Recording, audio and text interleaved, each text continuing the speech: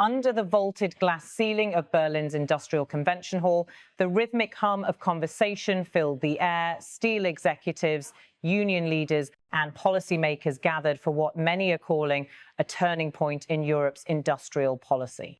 The occasion, Germany's Steel Summit, a high-stakes meeting convened to address the future of one of the country's oldest and most symbolic industries.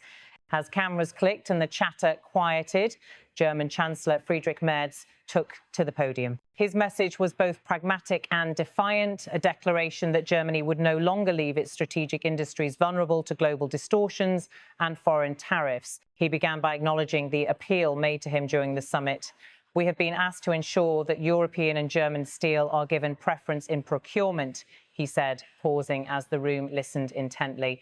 Then, with deliberate conviction, he added, yes, I agree, this is different from what we always considered right in earlier times when we didn't have open markets, fair competition, and these tariffs like the ones now being levied in America.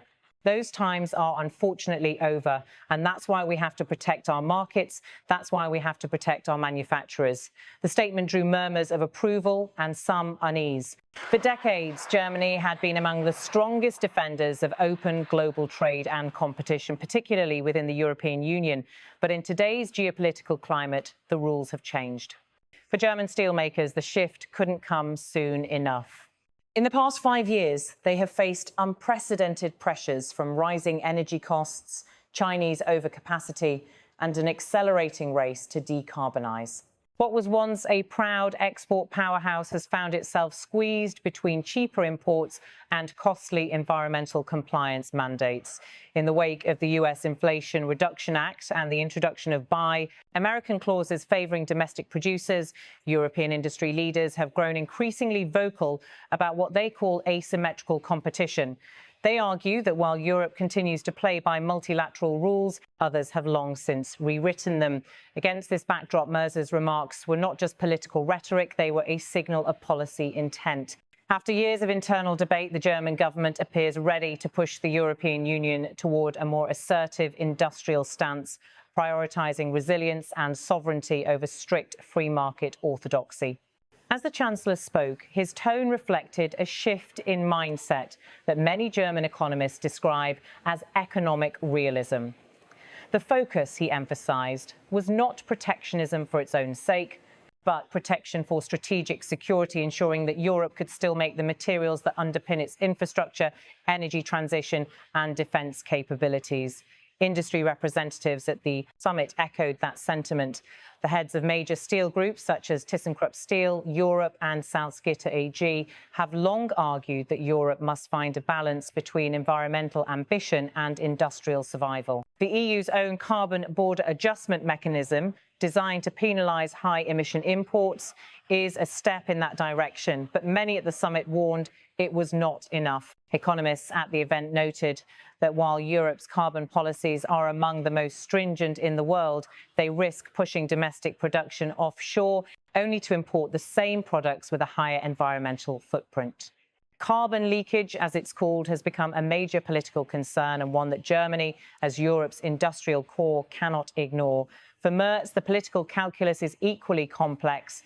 His centre-right Christian Democratic Union has traditionally championed free enterprise and open markets, yet with energy prices still elevated after Russia's war in Ukraine and global demand slowing, the pressure to preserve domestic manufacturing jobs is intense. Germany's industrial heartlands from North Rhine-Westphalia to Saarland remain deeply dependent on heavy industry, and the shift to green steel production is proving slower and costlier than expected. The Chancellor's call for preferential treatment, therefore, represents more than a single policy adjustment. It's part of a broader attempt to redefine Germany's economic identity in an era of uncertainty. Officials in Brussels were quick to note that any such preference would have to comply with EU competition rules. Yet Merz's pledge to lobby the EU to make this possible underscores how much the political debate has shifted since the days of pure free trade doctrine. Across Europe, governments are increasingly willing to use industrial policy as a tool of strategic resilience. Behind the scenes, discussions at the Berlin summit also centred on the European Commission's forthcoming Net Zero Industry Act, which aims to ensure that at least 40% of key green technologies are produced domestically by 2030. For steel producers, this is both an opportunity and a challenge, an incentive to modernize their plants with hydrogen-based processes, but also a race against time to stay competitive. The audience at the summit was a cross-section of Europe's industrial base executives in tailored suits, engineers in rolled-up sleeves, union leaders carrying decades of experience. Many have seen factories close, jobs lost, and supply chains disrupted by global crises from the pandemic to geopolitical rivalries. Merz's words, therefore, resonated deeply. They carried both reassurance and realism. The Chancellor did not promise an easy path, but he offered a vision that many in the room have long awaited, one that places German industry at the heart of Europe's future, not its past. He framed his argument within the broader international context. Around the world, industrial policy is making a comeback from Washington to Beijing, from Tokyo to New Delhi. The idea of strategic autonomy has become central to policymaking, particularly in critical sectors like energy, semiconductors, and defence. In Berlin, that logic now extends to steel, the backbone of construction, manufacturing, and national infrastructure. As one economist at the summit noted, without steel, there is no energy transition. Every wind turbine, every rail line, every bridge begins with steel. For Germany, the stakes are not merely economic, they are political and social. The transformation of the steel sector touches on climate goals, employment, and regional stability. In the Ruhr Valley alone, tens of thousands of jobs depend directly or indirectly on steel production. Keeping these communities viable is as much about social cohesion as it is about competitiveness. Merz's administration has already begun exploring policy options, including investment incentives, public procurement reforms, and potential state aid exemptions under EU rules. The aim is to align Germany's industrial and climate strategies, ensuring that decarbonisation does not become deindustrialisation. Environmental groups, while wary of industrial favouritism, have acknowledged that domestic steelmaking is essential to a low-carbon future, provided it transitions toward clean technologies. The debate is no longer about whether to protect the industry, but how. In recent months, the federal government has also expanded funding for hydrogen infrastructure and pilot projects, signalling its intent to make Germany a leader in green steel. Several large-scale initiatives, including a €2 billion support package for low-carbon steel production, are already in motion.